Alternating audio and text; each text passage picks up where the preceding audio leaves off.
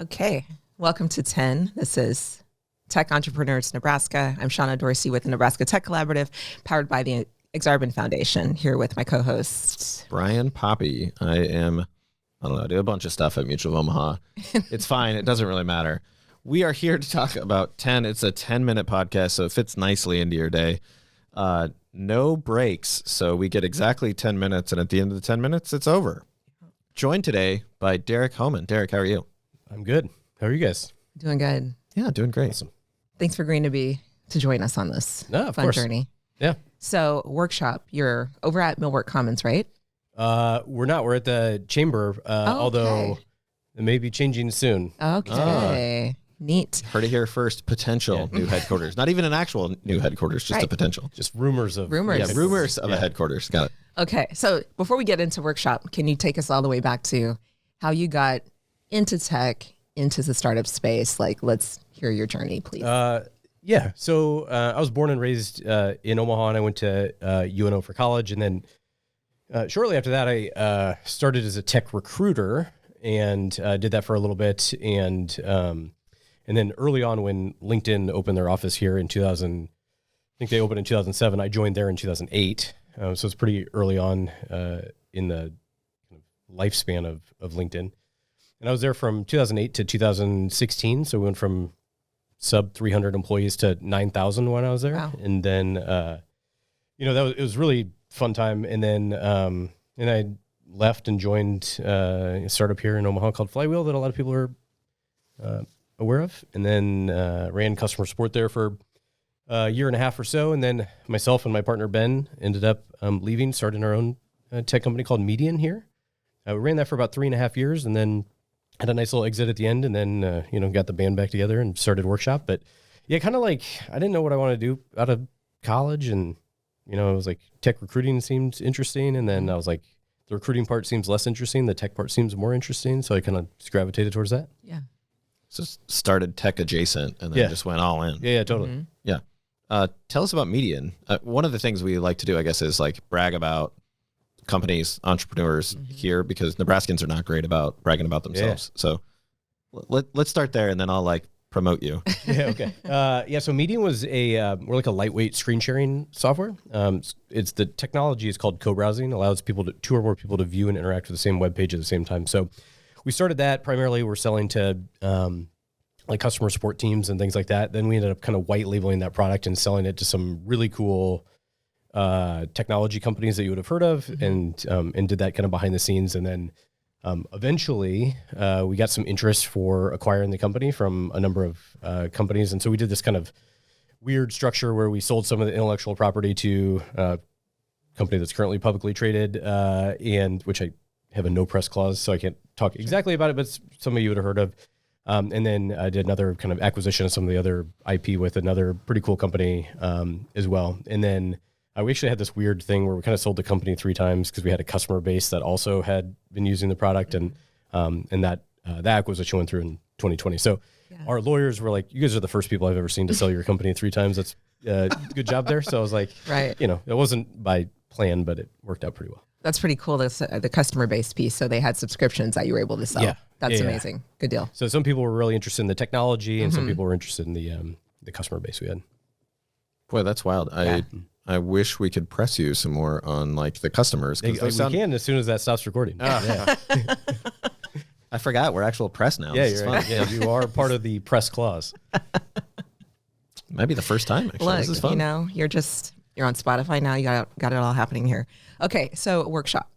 Yep. Can you tell us about what it is, what you do? Yeah, so Workshop's an internal communications platform. So we help internal comms folks and leaders at companies create, send, and measure beautifully designed emails and other communications. We integrate with things like Slack and Teams and SharePoint and that sort of thing. So, we care a lot about company culture, and we know that from our perspective, one of the best ways to influence company culture is through intentional communications to your employees. So we built a company around that, and it's kind of evolved over time as we've kind of found what has worked and not worked. And but yeah, I mean, we've been in business for just over 2 years. Just had our 2-year anniversary, and this last year has been amazing from a growth perspective, both from employees and customers. And we're just really doubling down on figuring out how we can provide amazing customer experiences to our customers and then, their employees beyond that. So that's cool. So regarding the evolution, then I'll flip it back. We're supposed to do this volley thing. So that's okay. What are some of the changes that you made over time, key ones? Yeah. So we originally started as kind of like a more modern, like intranet product. So a lot of people were out there with intranets that were kind of old and not super modern. And we're like, oh, we're going to totally fix that. And honestly, we just had a really tough time kind of selling that to begin with. Intranets they're kind of like a bunch of Lego pieces, right? And you need to build each of those Lego pieces, and they're pretty robust. It takes a long time. And so we had always built our initial product with the focus on the communications aspect of it. So kind of over time, we lopped off a whole bunch of the products and features that we had to focus on the communication side of it, which was always our differentiator from day one. And it turns out when we made our product simpler is when more people wanted to buy it. So over time, it went from a intranet that had kind of a focus on email and internal communications, and then we threw away the intranet part. And now it's focused on just creating and segmenting emails with measurements behind it, so people can make smarter decisions based on that. So, pros and cons about now that you're on startup number 2 in Nebraska, what are some of the great things about being in Nebraska, and some of the things that you're like, man, it would be so much easier if we could do X? Oh yeah. The great thing about Nebraska is the pro is kind of the con in some ways, whereas there's just not that many startups, but there's a handful that are doing some pretty cool things. And I think people that maybe don't work at those startups or didn't start those startups are huge cheerleaders for those that are actually starting. And that's a big help. So we get a lot of help when people are like, hey, your workshop is hiring, you should check them out. I hear they're doing some pretty cool stuff. So that's really helpful when it comes to hiring really talented people. There's not that many places for some people who kind of opt into high tech companies that are growing quickly. So the people that want that, we're one of the people that have a physical location here, which is cool. And then on the flip side is, there's not as many as I would like to see. It's like a small group of people. So if the challenges that you go through, there's only so many people you talk to about the challenges that you go through that really fully understand. But I think the pros super well outweigh the cons. So, but pros and cons with everything. So. Right. Yeah, that's one of the things that I'll speak for you, I guess, that you're trying to change, right? It's more of those startup companies. Oh yeah, yes, please. Yes. I'm sorry. When he said I'll speak for you, I'm like, we'll see where this goes. You were talking about the NTC, and yes, you are correct. Yeah. Yes. So doing all we can, including just even telling stories like this, and inviting startup leaders like you who've, you've started 2.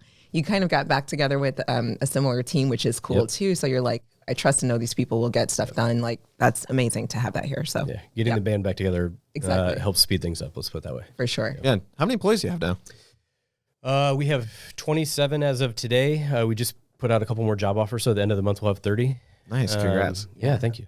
So it's, now you're getting to the point where not everyone can eat at the same 2 tables, and there's more logistics around it. But it's a really fun time. The last, 12 to 18 months of working on Workshop has been the most fun I've ever had working anywhere ever. And so it's a really fun time to be a part of Workshop. And I'm selfishly saying that, but if it's not fun for me, then it's not gonna be fun for our employees. So that's true.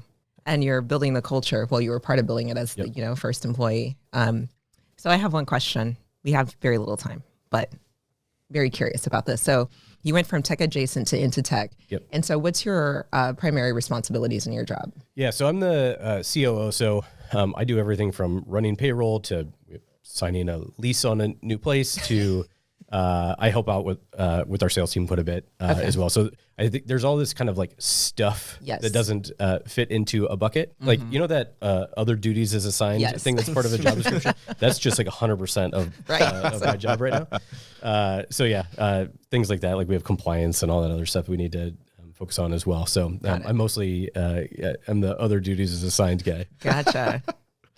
Fun and also difficult, I'm sure. Yeah, it's half of my job is super fun, and half of it's a lot of paperwork. Yeah. All right, we did it. We made it. We've got 7 seconds left. Derek, thanks for joining us today. We appreciate it. Thanks for having me. Thanks everybody for watching. Have a great day.